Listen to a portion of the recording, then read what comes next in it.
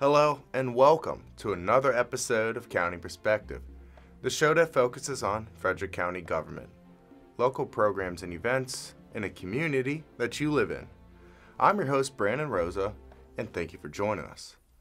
A lot has been going on in Frederick County over the past few weeks, so let's jump right in today's top news stories.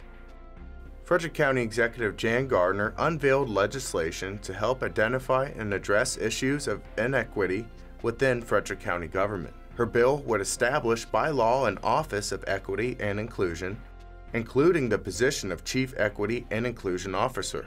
It would also create an Equity and Inclusion Commission to serve as an advisory commission to the County Executive, County Council, and the Office of Equity and Inclusion. The creation of both the office and the commission was recommended by the Equity and Inclusion Leadership Team, which issued its final report last month. We must identify and address issues and systemic barriers that continue to produce inequities and unfair outcomes for those who have been historically marginalized in our society. There's been a genuine interest in Frederick County about advancing diversity, equity, and inclusion. But interest is one thing, but a commitment to make change is something else. And so the legislation being put forward does express that level of commitment that's needed. A copy of the proposed legislation can be found online at frederickcountymd.gov/equity. Frederick County was named among the healthiest communities in the nation, according to a recent U.S. News and World Report ranking. The county ranked among the top 10% of counties nationwide. Communities were ranked based on several criteria, including access to housing, food, and care. Metrics focused on the economy, equity, health, environment, and community vitality.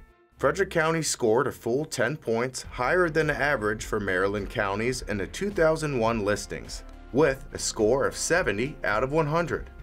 Top performance measures for Frederick County included the economy, public safety, and education. The Frederick County Division of Fire and Rescue Services will welcome 16 new members to the department. The 28-week Academy for Recruit Class 29 began on January 4th, 2021. The firefighters participated in over 850 hours of coursework, which included emergency medical technician, emergency vehicle operator, hazardous materials operations, firefighter safety and survival, and much more. The skills that they get while they're in the Recruit Academy is the foundation. We teach the basics. We try to have them master the basics prior to them departing from here. And from here, then it's on them for the remainder of their career to build from that foundation. Well, we're very proud of the classes that we graduate here from the Training Academy. They've all done a stellar job to meet all the associated requirements to be Frederick County firefighters. These most recent classes have really gone far above and beyond, as they've been challenged to understand how COVID-19 has affected our emergency responses on a daily basis.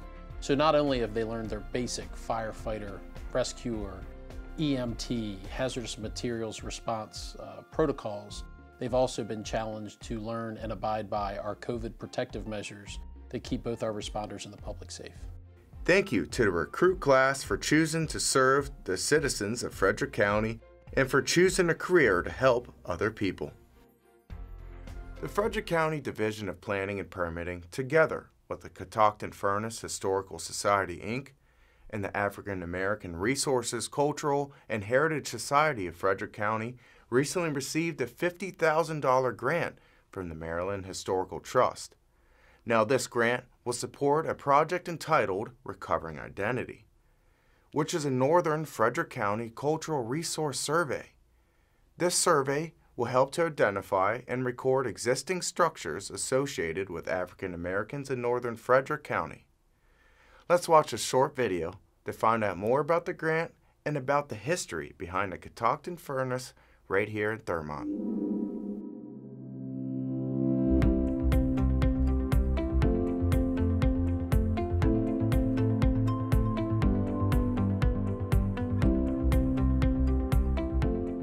The County partnered with ARCH, the African American Resources Cultural Heritage Society here in Frederick County, to put in a grant application to survey our African American resources that are located in the county. We were beginning to put in an application to start in the northern part of the county as our first phase when we learned that Catoctin Furnace Historical Society was also interested in putting in a grant. So we all three partnered together. Catoctin Furnace took the lead on the grant application, and we were successful in getting $50,000 to survey African American resources in the northern areas of the county, as well as to develop a historic context statement. Well, Catoctin Furnace is a pre-Revolutionary War iron furnace, part of a number of iron furnaces that essentially gave the United States the economic independence to be able to declare that they were independent.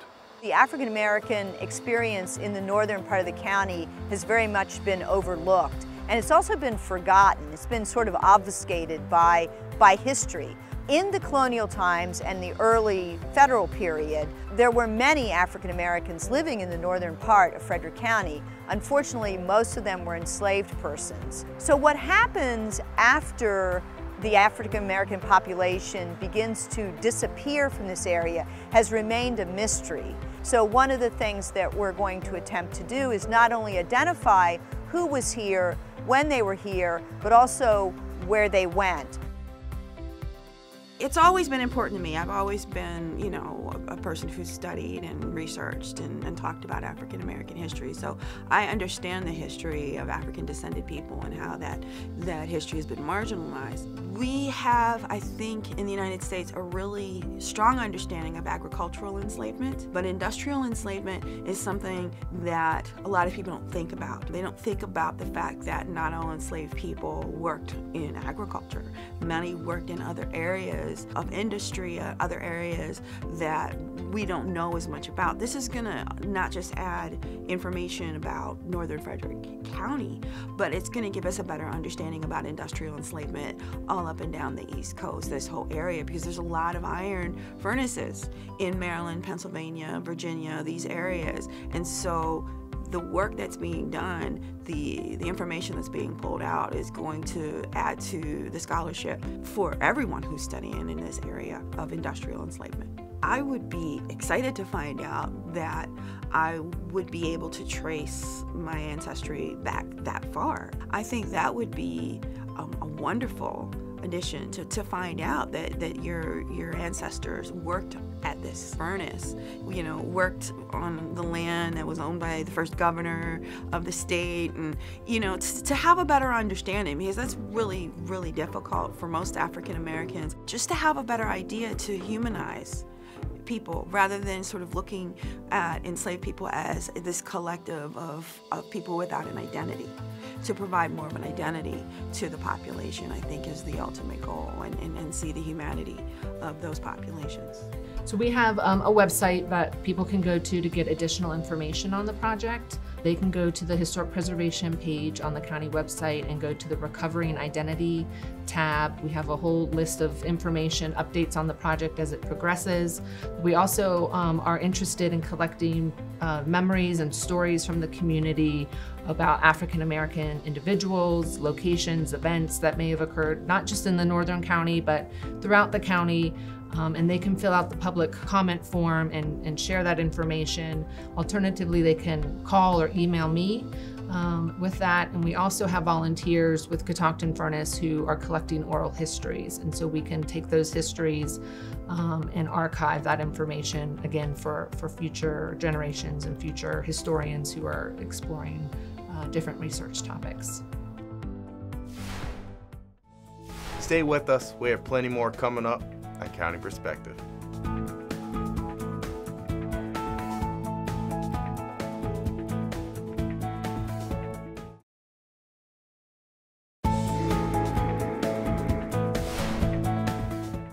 Welcome back to County Perspective. I'm your host, Brandon Rosa. In just a few moments, we'll take a look at what new renovations the Fountain Rock Nature Center received recently. But first, let's see who's looking for a forever home in this episode's Pet of the Week.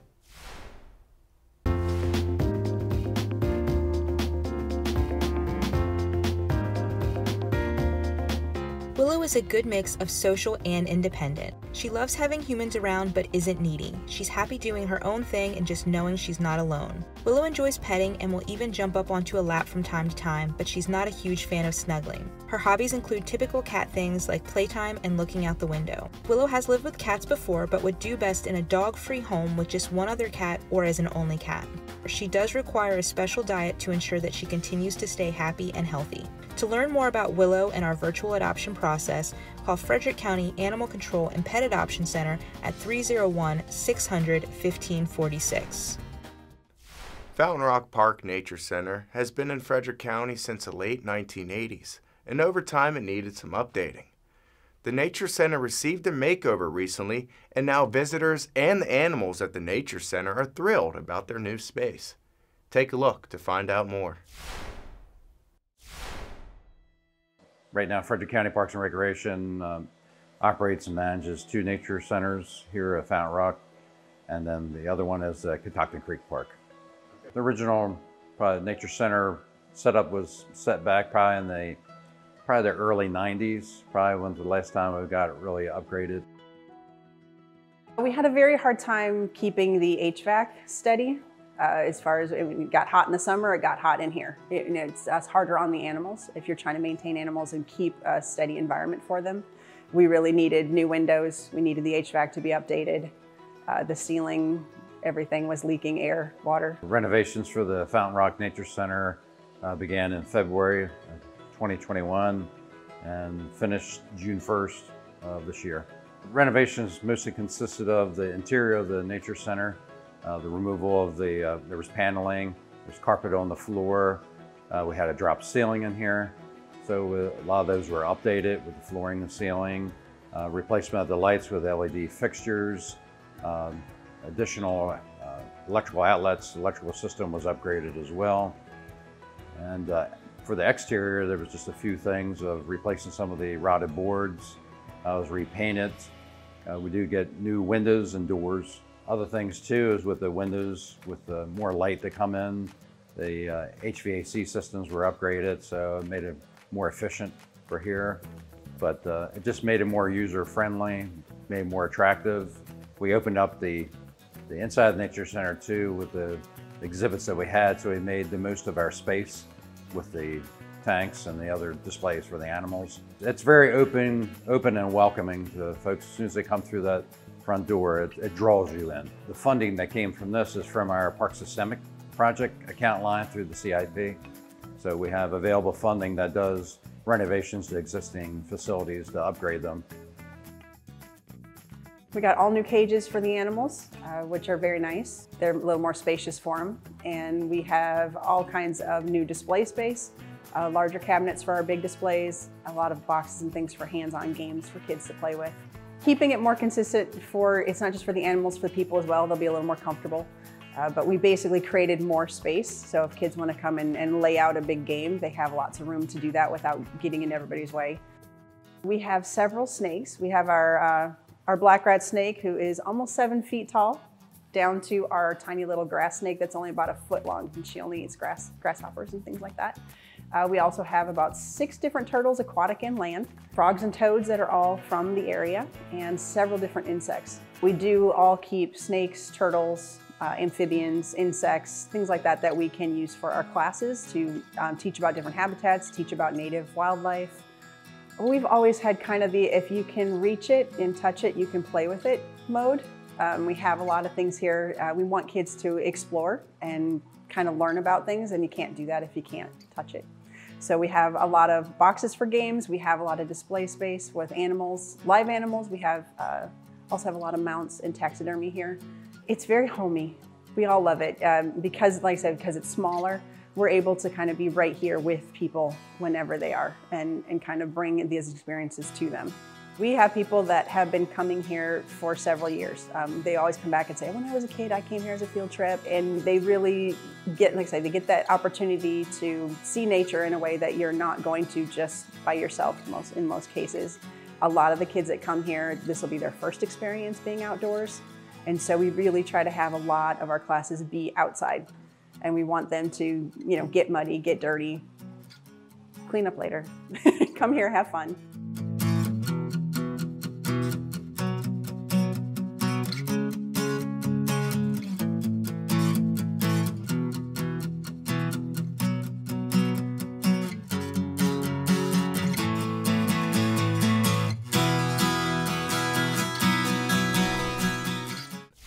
Looking for something to do in the next few weeks? Well, Frederick County has plenty of activities to keep you busy. Check out some of the great programs that county departments are offering.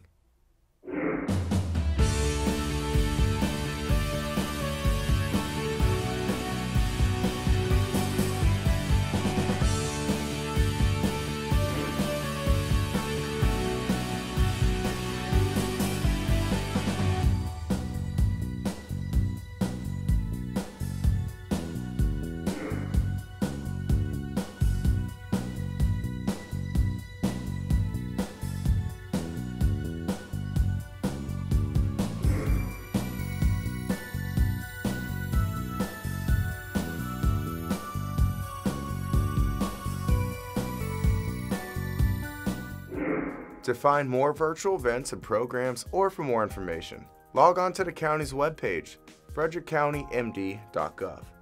Now, at the end of our show, we like to mention a few recent events, along with things our viewers should keep an eye out for in the upcoming weeks. Do you want to go outside and enjoy the summer with your four-legged companion? Well, Frederick County Parks and Recreation has 3 dog parks that you and your dog will enjoy. You can take your dog to Ballinger Creek Dog Park, Urbana Dog Park, and the newest Frederick County Park, Othello Regional Park. These dog parks have an acre of space and more for you and your dog to enjoy and let loose. If you haven't been to Othello Regional Park, go take a look. In addition to the dog park, this beautiful park has a horse trail, ball fields, picnic shelters, and more for you and your family. For more information about the 3 Frederick County Parks and Rec dog parks, visit recreator.com/192/dog-park. Before we conclude this episode of County Perspective, let's all take a moment to recognize Election Director Stuart Harvey for his 31 years of service, including many years he has dedicated to implementing elections in Frederick County. Stuart's last day on the job was July 7th. He officially retires September 1st. And many in the community will miss him. Harvey has seen a lot of changes in his career in elections. In 1990, when he was working elections in Montgomery County, people were using punch cards to vote, and pagers and fax machines played a big role in communication. Now, voting can be done by mail-in ballots and computer terminals. Harvey said, "It's been a long and fascinating career, but now it's time to take a moment and see what's next on the horizon." On July 7th, Miss Barbara Wagner began as the Interim Election Director for Frederick County government. I and the entire FCG-TV team would like to say thank you, Stuart, for everything you've done for us and the community, and good luck in your future endeavors. Alright everyone, that's it for this episode of County Perspective, but don't forget to follow Frederick County on social media in order to keep up to date on important news and events. We'll see you next time for a fresh look from a county perspective.